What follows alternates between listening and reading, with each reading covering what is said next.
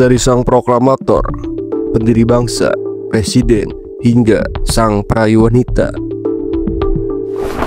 Bagaimana jika seorang pemimpin revolusi ternyata juga seorang playboy? Bayangkan seorang presiden yang dicintai sekaligus ditakuti, diidolakan sekaligus dikritik, yaitu seorang pemimpin besar yang di satu sisi berjuang mati-matian untuk bangsanya, tapi di sisi lain tak bisa lepas dari wanita. Inilah Soekarno. Bukan hanya 9 kali menikah, tapi setiap kali ia melihat wanita cantik, hatinya bergejolak dan bibirnya bergerak cepat melontarkan rayuan maut. Media barat bahkan menjulukinya sebagai presiden yang gila wanita. Tapi apa benar Soekarno hanya terobsesi pada kecantikan dan gairah asmara? Mari kita bongkar rahasia tergelap Soekarno, presiden yang haus kekuasaan, haus kemenangan, dan haus akan kecantikan. Soekarno bukanlah pria biasa. Ia bukan hanya pemimpin revolusi, tetapi juga seniman kehidupan. Seorang yang tahu bagaimana merayu massa, bagaimana membakar semangat rakyat, dan bagaimana menaklukkan hati wanita. Lahir pada 6 Juni 1901, ia bukan anak bangsawan, bukan pula keturunan ningrat. Namun, sejak kecil auranya berbeda. Ada sesuatu yang berbeda dalam dirinya, karisma yang sulit dijelaskan, daya tarik yang tak bisa diabaikan. Ketika menginjak remaja, Soekarno tumbuh menjadi sosok cerdas, berani, dan tampan. Ia masuk HBS Surabaya, tempat ia belajar banyak ilmu, bahkan bukan hanya ilmu akademik, tetapi juga seni persuasi dan strategi politik.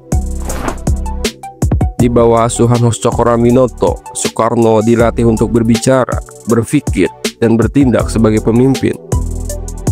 Lulus dari ITB Bandung, Soekarno tidak membuang waktu. Pada 1927, ia mendirikan Partai Nasional Indonesia (PNI) dengan satu tujuan, menendang Belanda keluar dari Indonesia.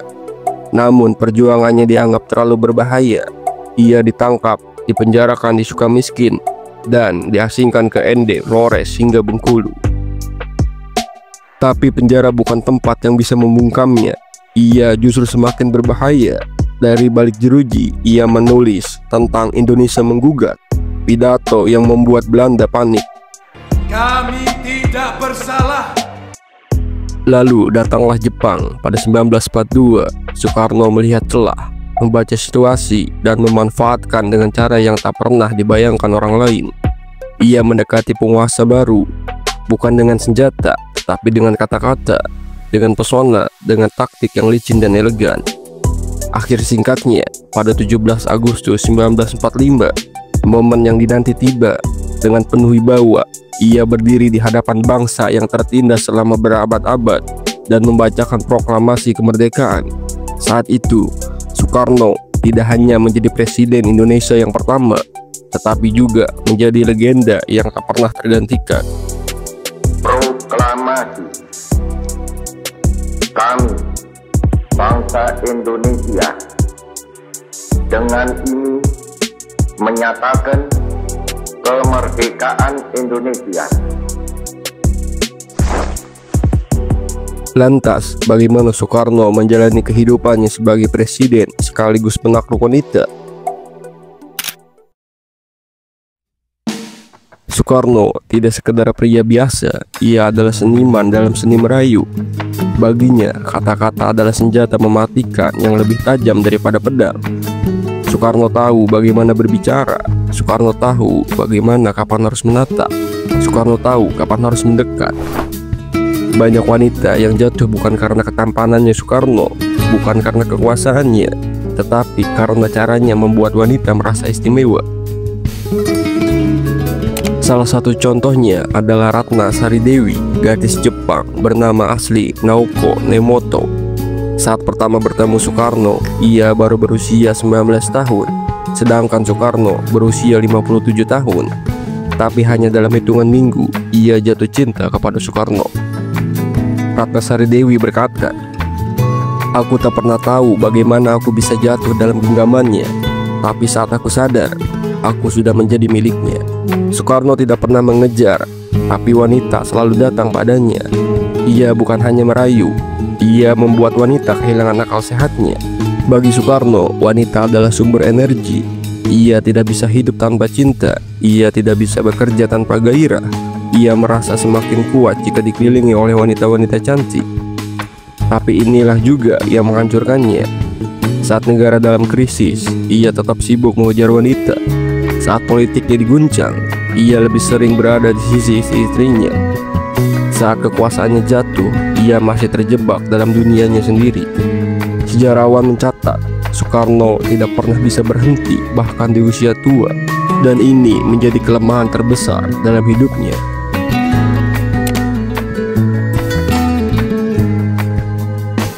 Di puncak kejayaannya, Istana Presiden bukan hanya pusat pemerintahan.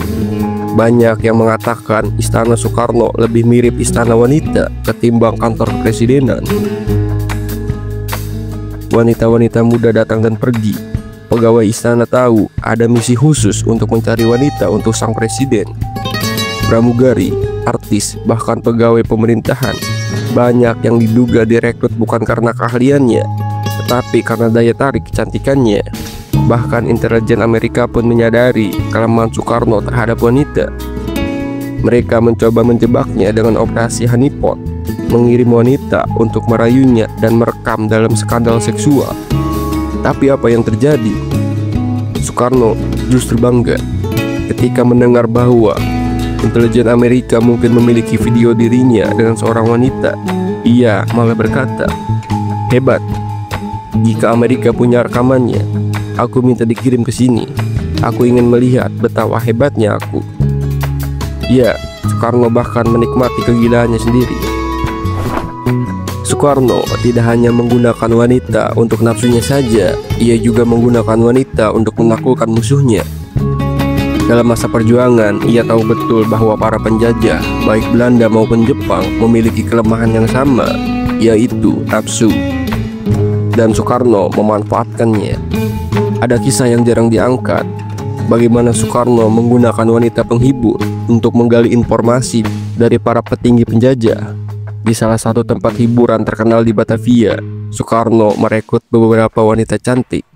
Mereka bukan sekedar wanita penghibur, tetapi mata-mata yang ditugaskan menggoda perwira Jepang dan Belanda.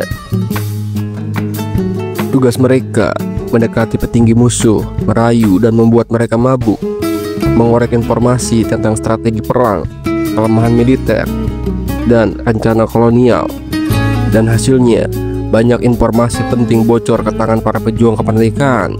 Bahkan ada cerita seorang perwira Jepang yang mabuk berat tanpa sadar mengungkapkan rencana besar Jepang di Indonesia. Informasi yang kemudian dimanfaatkan oleh para pejuang. Bagi Soekarno, wanita bukan hanya sumber gairah, tetapi juga alat politik.